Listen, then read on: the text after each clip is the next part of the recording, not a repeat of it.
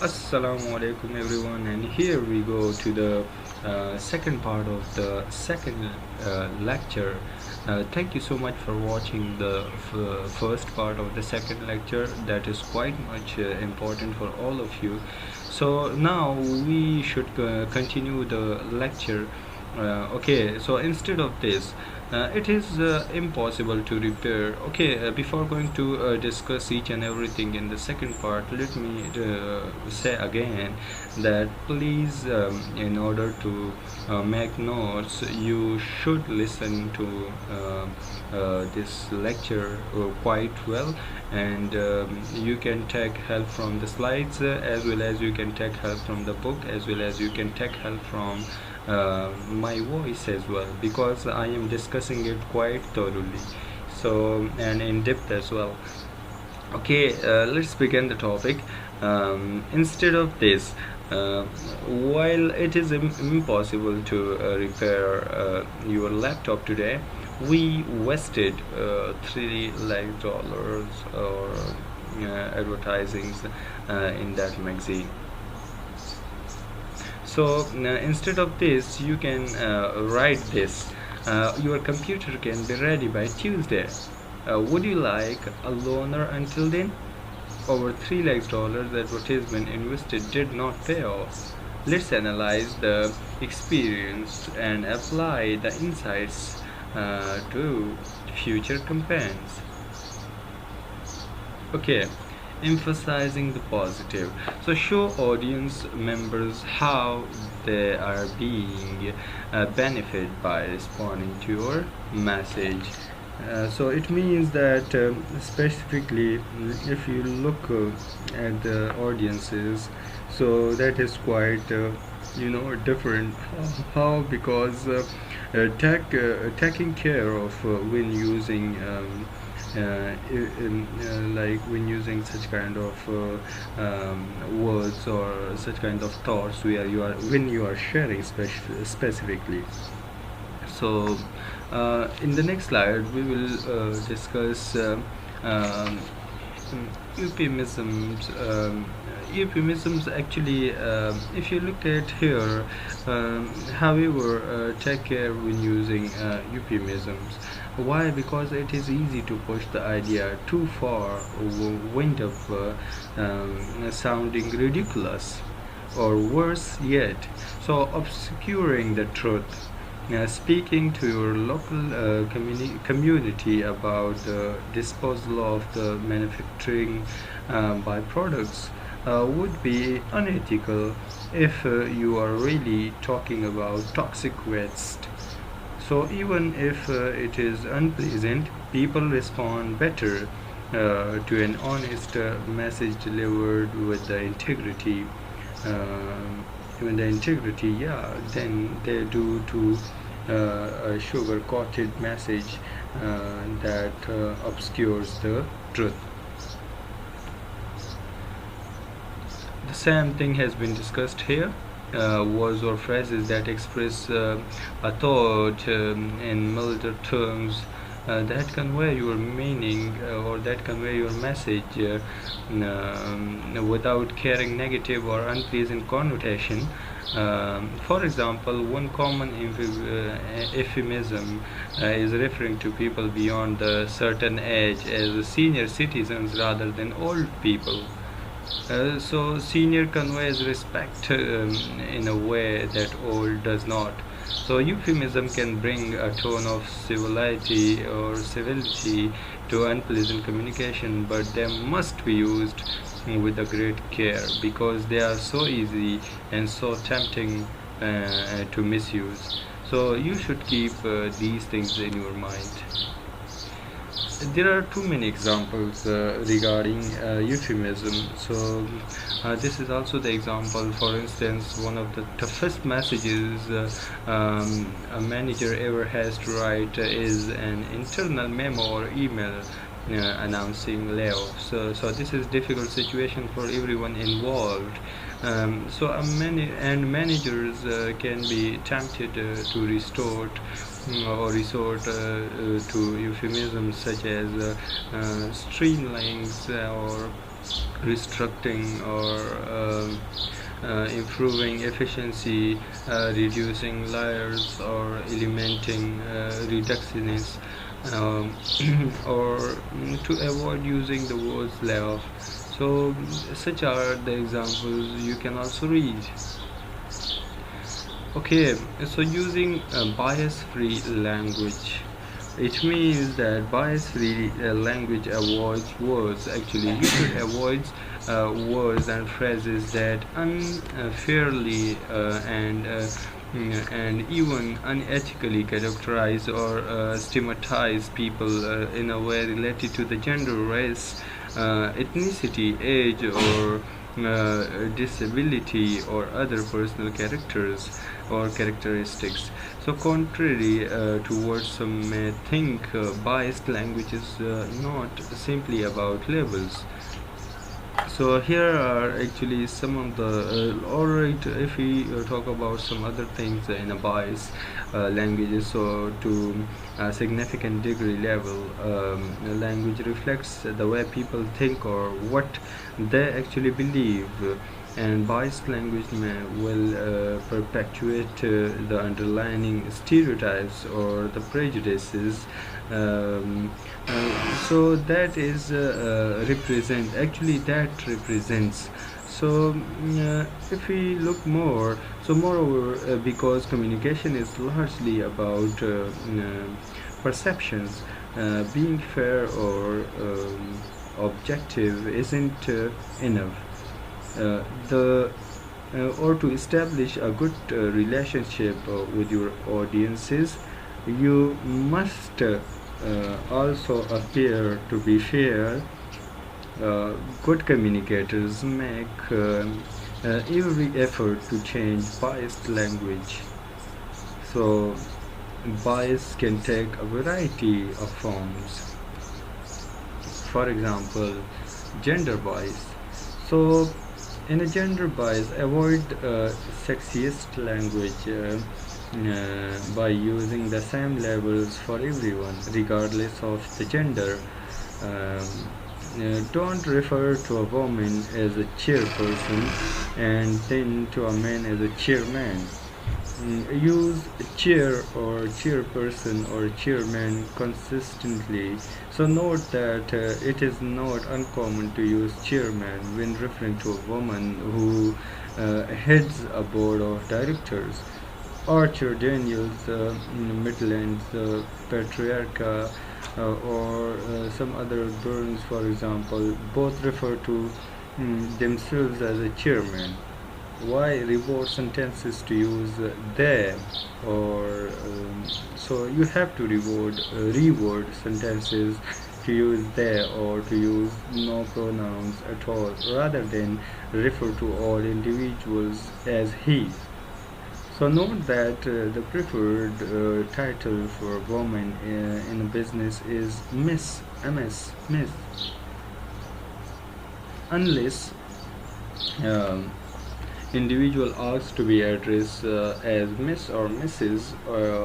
or has some other titles such as Doctor.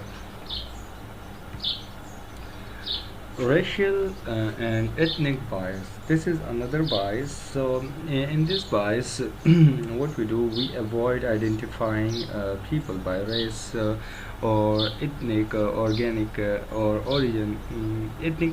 sorry, ethnic origin, unless such a level is relevant to the matter at hand, and it rarely is. If you look at the age bias, so in the age bias, what is actually here, and that is mention the age of a person only when it is relevant. Moreover, be careful of the context in which you use words that refer to the age.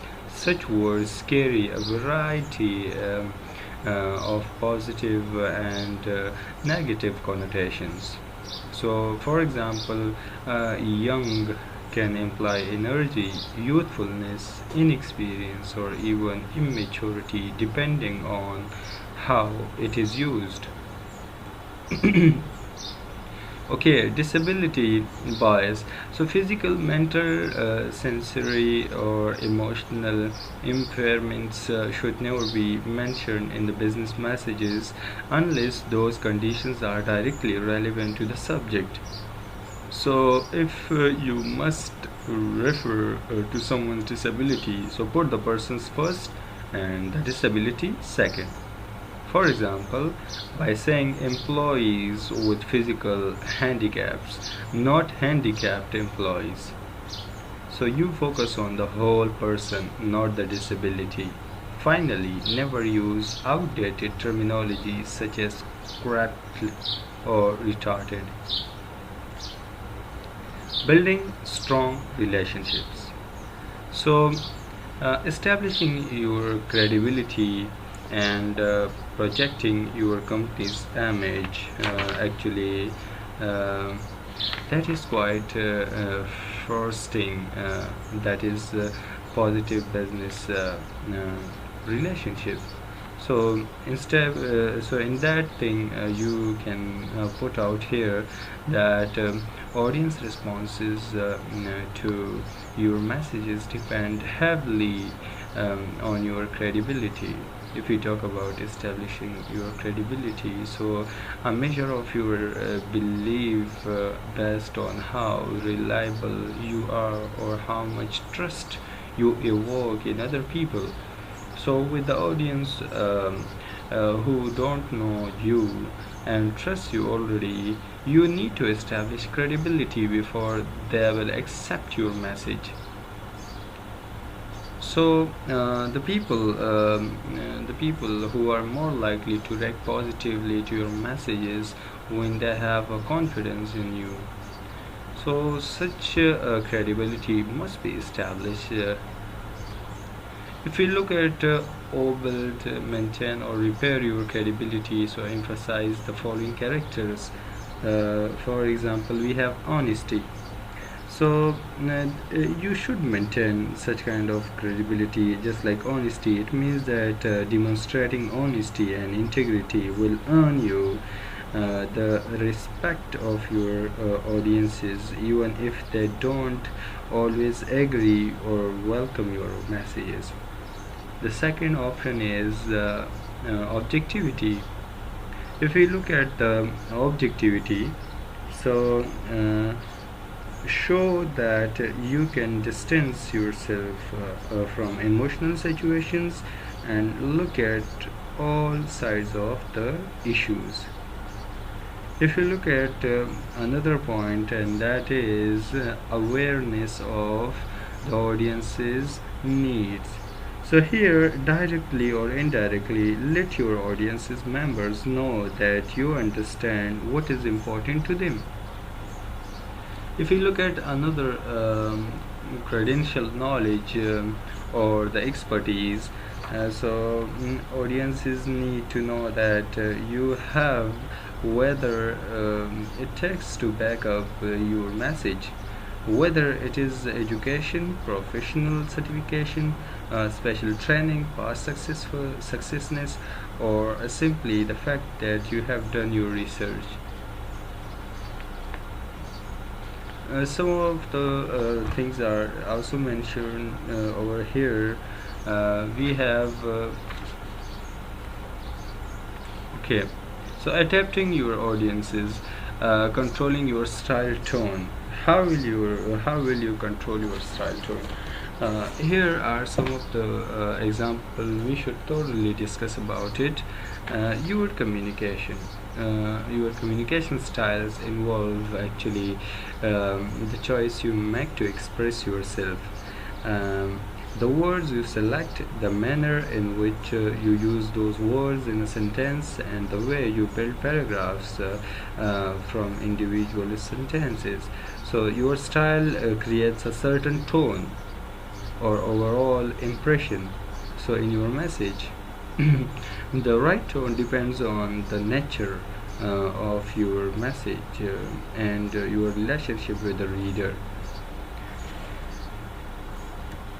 If you are creating a conversational tone, how will you create a conversational tone? So the tone of your business messages can range from informal to conversation to formal. If you are in large organization and you are communicating with your supervisors or with the customers, so the right tone will eventually be more formal or respectful. However, that same tone might sound distinct and cold in a small organization, or if you used with the close colleagues. So part of the challenge of communicating on a job is to read each situation and figure out the appropriate tone to use. Okay, now using plain language. Okay, you can see how you can see how this definition supports using the you attitude and show respect for your audiences. In addition, plain language can make companies more productive and more profitable because people spend less time trying to figure out messages that you are confusing and aren't written to meet their needs. So finally, plain language helps non-native speakers read your messages. So plain language represents information in a simple style that allows the audience to easily grab your message or your meaning. Okay, so choosing powerful words. Choosing powerful words, it means that don't try to write or edit at the same time, or worry about getting everything perfect. Make sure words, if you can't think of the right words, or draw a picture or talk out aloud, so do whatever it takes to get the ideas out of your head and onto the screen, so that people may get to know that okay, this is the thing you are talking about. So if you are scheduled carefully, so you should have time to revise or to refine the material later. So in fact, many writers find it helpful to establish personal rules, or never showing the first draft to anymore or to anyone especially. Okay, understanding denotation and connotation. It means that the denotative message is literal or dictionary meaning, or to explicit something or to specific something, and the connotative includes all the associations or the feelings evoked by the word. So the denotative message of the desk is a piece of furniture with a flat work surface of the various drawers for the storage. And if we talk about the connotation meaning of the desk, so it may include the thoughts associated with the work or study, but the word disk has fairly neutral connotations, neither strong nor emotional, implicit or associative. For example, the connotation of the word fail are negative and can have dramatic emotional impact. If you say the sales department failed to meet its annual quota, so the connotative missing suggests that the group of inferior is incomplete for in their performance, especially. So now in the last we are going to talk about the assignment for the student. Thank you so much for watching this lecture, the part B. So the part B is finally completed, but now I'm going to give assignment for the students, and the student must look at these assignment and must do these assignment in order to know about this topic as well. So the first topic shall be an assignment is write down how to impose effective message while using 4 types of sentences. So we have 4 types of sentences. Okay, simple, compound, complex, and compound complex. Okay, using sentence style to emphasize key thoughts, composing your messages, crafting coherent paragraphs, or using technology to compose and shape your messages. So these are actually the assignments for the students. A student must do this assignment and send it to me by my email, and that email is, so the email is here. This is the email. Look, uh, you can send your um assignment through this email, and you should send this is the weekly assignment. So before another lecture, I want you people to submit the assignment as soon as possible. Thank you so much for watching this video, and thank you so much for understanding the second lecture of uh, this English too. So inshallah, next week we are going to start the next topic. So up till that, thank you so much, take care, and Allah Hafiz.